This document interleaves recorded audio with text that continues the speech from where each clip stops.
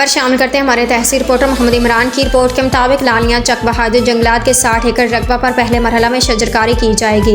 इस सिलसिले में तमाम तर इंतजामात को हतमी शक्ल दी जाए। तफसीलात के मुताबिक डिप्टी कमिश्नर सफीला गोंदल ने एक इजलास की सदारत करते हुए यह जारी की।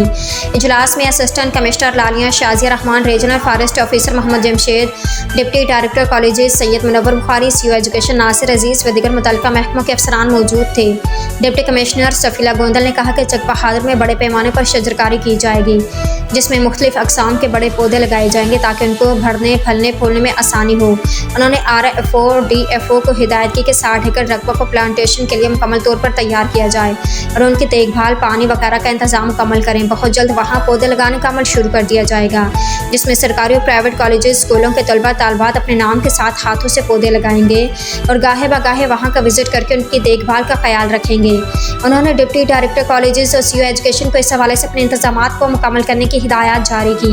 उन्होंने असिस्टेंट कमिश्नर शाजिया रहमान को तमाम तर प्रोग्राम को लीड करने की हिदायत की। डिप्टी कमिश्नर का कहना था कि चक बहादुर की जगह बेकार पड़ी थी, जिससे अब काम में लाकर लाखों पौधे लगाकर हरा भरा किया जाएगा, जिससे माहौलियाती आलूदगी को ख़त्म करने में मदद मिले।